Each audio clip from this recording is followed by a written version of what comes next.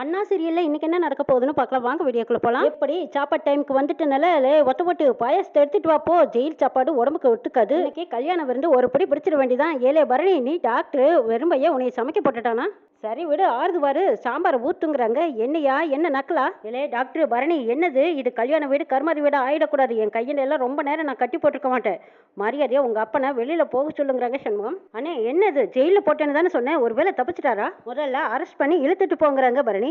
அப்பா நீ எப்படி இங்க வந்தேன்னு கேக்குறாங்க முத்துப்பாண்டி. என்னல நீ ரொம்ப நாளா டியூட்டிக்கே போலியா? ரொம்ப நாளா டியூட்டிக்கு போகாம வீட்டுல தான் இருக்கிறியா? ஒருவேளை பொண்டாட்டி மதியவே பார்த்துட்டு இருக்கிறியோ? என்னல கோர்ட்ல இருந்து தகவல் கொடுவோம் உனக்கு வந்து சேரல? என்னல பரணி, எல்லாம் முடிஞ்சது. என்னல பரணி, எனக்கு சாட்சி எதுவும் இல்லை. என் மேல வச்சிருந்த குற்றச்சாட்டு க்ளோஸ். நீங்க வீட்டுக்கு போலாம் சாரேன்னு சொல்லி அனுப்பிச்சிட்டாங்கன்னு சொல்றாங்க. இது சாட்சி இல்லையா? அப்ப சனியை கொன்னுட்டியான்னு கேக்குறாங்க வைகுண்டம். நான் எதுக்கு சனியை கொலை செய்யணும்? அவனே தப்பிச்சு போயிட்டானே. ஏதோ அவனுக்கு ஒரு நல்ல மனசை உதவி செஞ்சதுனால அவன் தப்பிச்சுட்டான். முத்துப்பாண்டி இன்ஸ்பெக்டர் சார், தகவல் உங்களுக்கு வந்திருக்கும்னு நினைக்கிறேன். நீங்களே சொல்லுங்க, சாட்சியே இல்லாம கோர்ட்டு தண்டனை கொடுக்குமா? இப்போ சனியனும் இல்லை, எனக்கு சாட்சியும் இல்லை, தண்டனையும் இல்லை. என்னல முத்துப்பாண்டி, இவர் வெளியில வந்துட்டாரான்னு கேக்குறாங்க பாக்கியம். இல்லம்மா, வெளியில தான் வந்திருக்காரு, சாட்சியை தேடி இருக்காங்க. பாத்தியா, உன் அவனே சொல்லிட்டான், சனியன் கிடைக்கிற வரைக்கும் என்னை யாரும் ஒன்றும் பண்ண முடியாது. அப்புறம் என்ன எள்ளுங்கொள்ளுமா பொறிஞ்சுக்கிட்டு அப்பளம் மாதிரி பொறியறீங்களே? எனக்கு அப்பளம்னா ரொம்ப பிடிக்குமல்ல, அதில் 2 எடுத்து வை. ஆளு இந்த நிமிஷமே வீட்டை விட்டு வெளியே போகணும். யாரும் சோத்துல கை வைக்காதீங்கன்னு சொல்றாங்க வைகுண்டம். ஏலே வைகுண்டம், நீ சாப்பிடலைன்னா யாரும் சாப்பிடக்கூடாதுன்னு சொல்லுவியா? நான் அடிச்சு விழுங்குறேன் பாரு. எனக்கு பசிக்குது, நான் சாப்பிடுவேன்னு சாப்பிட்றாங்க. எப்போ முதல்ல சாப்பாட்டில் கை வைக்காத, எழுந்திரி முதல்ல அப்படின்னு சொல்லி கையை பிடிச்சி எடுத்துக்கிட்டு வர்றாங்க முத்துப்பாண்டி. வெளியில் கொண்டு வந்து விடுறாங்க.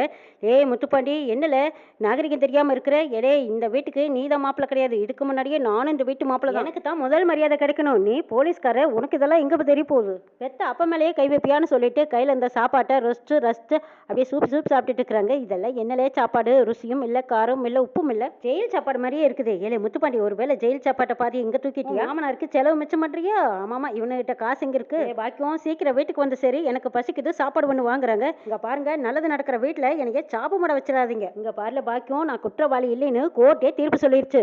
கட்டின பொண்டாட்டியா இருந்தாலும் கோர்ட்டு சொன்னா கேட்டுதான் ஆகணும். என்ன வைகுண்டம், சூடாமணி 60ஆம் கல்யாணம் முடிஞ்சதும் நேர ஜெயிலுக்கு தானே போற?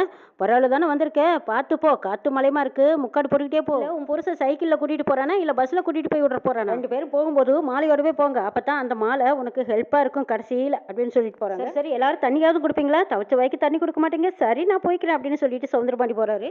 சனியும் போலீஸ்கிட்ட இருந்து தப்பிச்சிட்டாங்கிறாங்க. நீங்க என்ன பண்ணுவீங்க? அந்த ஆளு போலீஸ்கிட்ட இருந்து தப்பிச்சிட்டாங்க. சனியனை எங்க இருந்தாலும் தேடி கண்டுபிடிப்பேன். இந்த ஆளை கோர்ட்ல ஒப்படைச்சு ஜெயில தள்ளாம விட மாட்டேன். சரி நல்ல விஷயம் நடக்கும்போது ஏன் இங்க நிக்கணும், வாங்க உள்ள போலாங்கிறாங்க.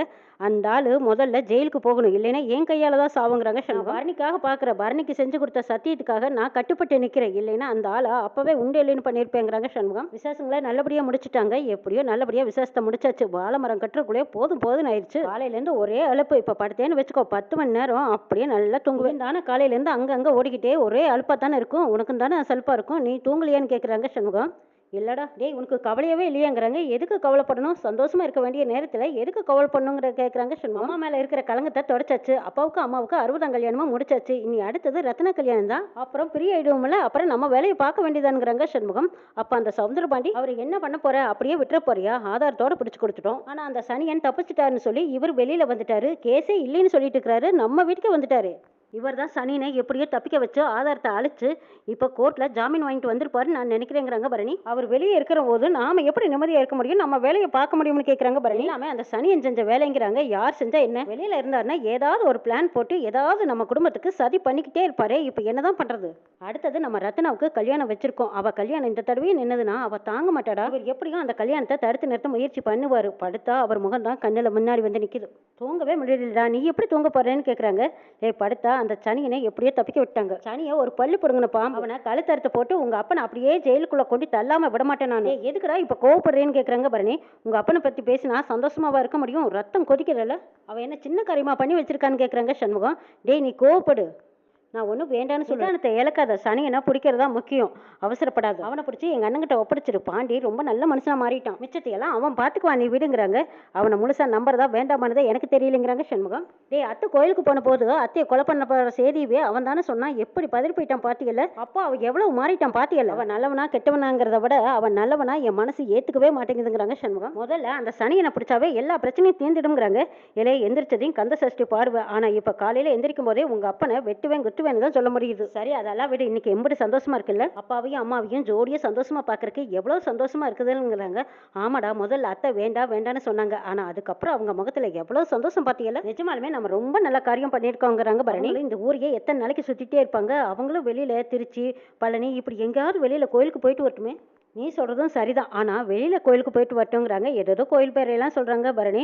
ஏய் என்னல மறுபடியும் யோசிக்கிறேன். ரத்னா கல்யாணம் வருது, செலவு அதிகமா இருக்குன்னு யோசிக்கிறியாங்கிறாங்க. ஆமாங்கிறாங்க பரணி. ஐயோ நான் யோசிக்காம சொல்லிட்டேன். அத்தை பரோல்ல தானே இருக்காங்க. அவங்க வெளியூருக்கெல்லாம் எங்கேயும் போக கூடாதுடா. எங்க போய் வந்தாலும் திரும்பவும் அங்கேயே வந்து நிக்குதே அப்படின்னு சண்முகம் கோவப்படுறாங்க. எப்படி பார்த்தாலும் சவுந்தரபாண்டி உள்ள போனா மட்டும் தாண்டா அத்தை வெளியில வர முடியும். சவுந்தரபாண்டியை உள்ள தள்ளுற வேலையை பார்க்கலாம். அந்த வேலை நடந்தா மட்டும்தான் நம்மளுக்கு நிம்மதியா இருக்க முடியும். சரி இப்ப படுத்து நிம்மதியா தூங்குங்கிறாங்க. என்னடா ஏன்டா சிரிக்கிறேன்னு கேக்குறாங்க. இல்ல மத்த விஷயமெல்லாம் தன்னால நடக்கும்னு சொன்னீங்க, அதைத்தான் யோசிச்சேன்.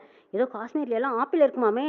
அங்கே 2 பேருமே போய் ஒருத்தர் மேலே ஒருத்தர் சாஞ்சிட்டு நீ ஒரு கடி நான் ஒரு கடி ஒரு ஆப்பிள் பறித்து அப்படி சாப்பிட்டா எப்படி இருக்குங்கிறாங்க சண்முகம். ஆமாண்டா, நீயும் நானும் காஷ்மீர் போய் அங்கே ஒரு மரத்தடியில் உட்காந்துக்கிட்டு சாஞ்சு உட்காந்து ஒரு ஆப்பிள் எடுத்து ஆளுக்கு பதியாக கடிச்சு சாப்பிட்டுட்டு இருந்தா ரொம்ப நல்லா தான் இருக்கும். கனவை பாரு கனவை. இப்படியே படுத்து தூங்குடா, பேசாமல் தூங்குங்கிறாங்க. இப்படியே போயிட்டு இருந்தா கனவுல தான் காஷ்மீர் போக முடியும் இருக்குங்கிறாங்க சண்முகம். வைகுண்டம், சண்முகம், ரத்னா, வீரா எல்லாரும் உட்காந்து கணக்கு பார்த்துட்டு இருக்காங்க. அப்போ போஸ்ட் வந்திருக்குன்னு சொல்கிறாங்க. வீரா பேரில் தான் போஸ்ட் வந்திருக்கு. வீரா தான் போய் வாங்குறாங்க. அப்பா தபால்கார சத்தமெல்லாம் கட்டி 80 வருஷம் ஆச்சுங்கிறாங்க சூடாமணி. ஆமா நானே இன்னைக்கு தான் தபாலே வாங்குறேங்கிறாங்க வீரா. நான் குரூப் எக்ஸாமுக்கு அப்ளிகேஷன் போட்டிருந்தேன்ல, கால் டிக்கெட் வந்துருச்சுங்கிறாங்க வீரா. வீரா நீ படிச்ச மாதிரியே தெரியலையே, படிச்சிருக்கிறியான்னு கேக்குறாங்க சண்முகம்.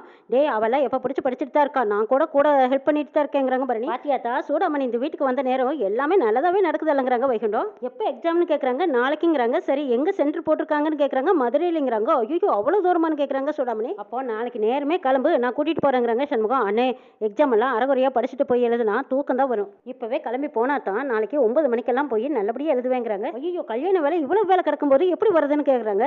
அந்த ஒரு நாள் வேலையை நான் பாத்துக்கிறேன், நீ போயிட்டு வாடா சண்முகங்கிறாங்க வைகுண்டம். ஆமாடா சண்முகம், டிராவல் பண்ணிட்டு பரிச்சை எழுதுறதுக்கு ரொம்ப கஷ்டமா தான் இருக்கும், இன்னைக்கே கிளம்பிடுங்கிறாங்க பரணி. பரணி நீ வாடின்னு கூப்பிடுறாங்க. இல்லடி 2 ஸ்பெஷல் கேஸ் இருக்கு, அது எப்ப வேணாலும் வழி வரலான்னு சொல்லியிருக்காங்க. அதனால நான் கண்டிப்பா இங்க இருந்தே ஆகணுங்கிறாங்க. மதுரையை நான் கூட பார்த்ததில்ல, நானும் கூட வரேன்னு கனி கேட்கிறேன். அவ பரிச்சை எழுத போறா, நீ போய் என்ன செய்ய போறேன்னு கேக்குறாங்க சுடாமணி. ஆமா கனியும் வரட்டும், வீரா பரிச்சை எழுத போயிட்டேன்னா நான் சும்மா தானே ஒருத்தனை இருக்கணும், அந்த நேரத்துல கனியை கூட்டிட்டு போய் ஊரை சுத்தி பார்த்துட்டு வரேங்கிறாங்க. ரொம்ப தேங்க்ஸ்ங்கிறா கனி. ஏண்டி வீரா நல்லபடியா பரிச்சை எழுதுங்கிறாங்க ரத்னா. அக்கா நான் யாருன்னு நினைச்சேன், சூடாமணி மாவ நல்லபடியா பரிச்சை எழுதுவேன் பாரு. சண்முகத்தோட தங்கச்சியாச்சே, எப்பவுமே எனக்கு வெற்றி தானுங்கிறாங்க. ஏதா நீ வைகுண்டத்தோட பொண்ணு, அதை மறந்துடாதீங்கிறாங்க வைகுண்டம். அடுத்த நாள் சண்முகம், கனி, இசக்கி, வீரா 4 பேரும் போறாங்க. அண்ணே மதுரைக்கு இன்னும் எம்பிட்டு தோறான்னு கேக்குறாங்க. பக்கமா வந்தாச்சுங்கிறாங்க. அண்ணே மதுரையை நான் சினிமாவில் தான் பார்த்துருக்கேன், இப்போ போறதை நினைக்கும் போது எனக்கு ரொம்ப சந்தோஷமா இருக்குங்கிறாங்க. அண்ணே கனி மதுரையை நல்லா சுத்தி பக்கத்தான் போறோம், அதுக்கு தானே முக்கியமா போறோம்னு சொல்லிட்டு வராங்க சண்முகம். என்ன நடக்குதுன்னு நாளை பார்க்கலாம்.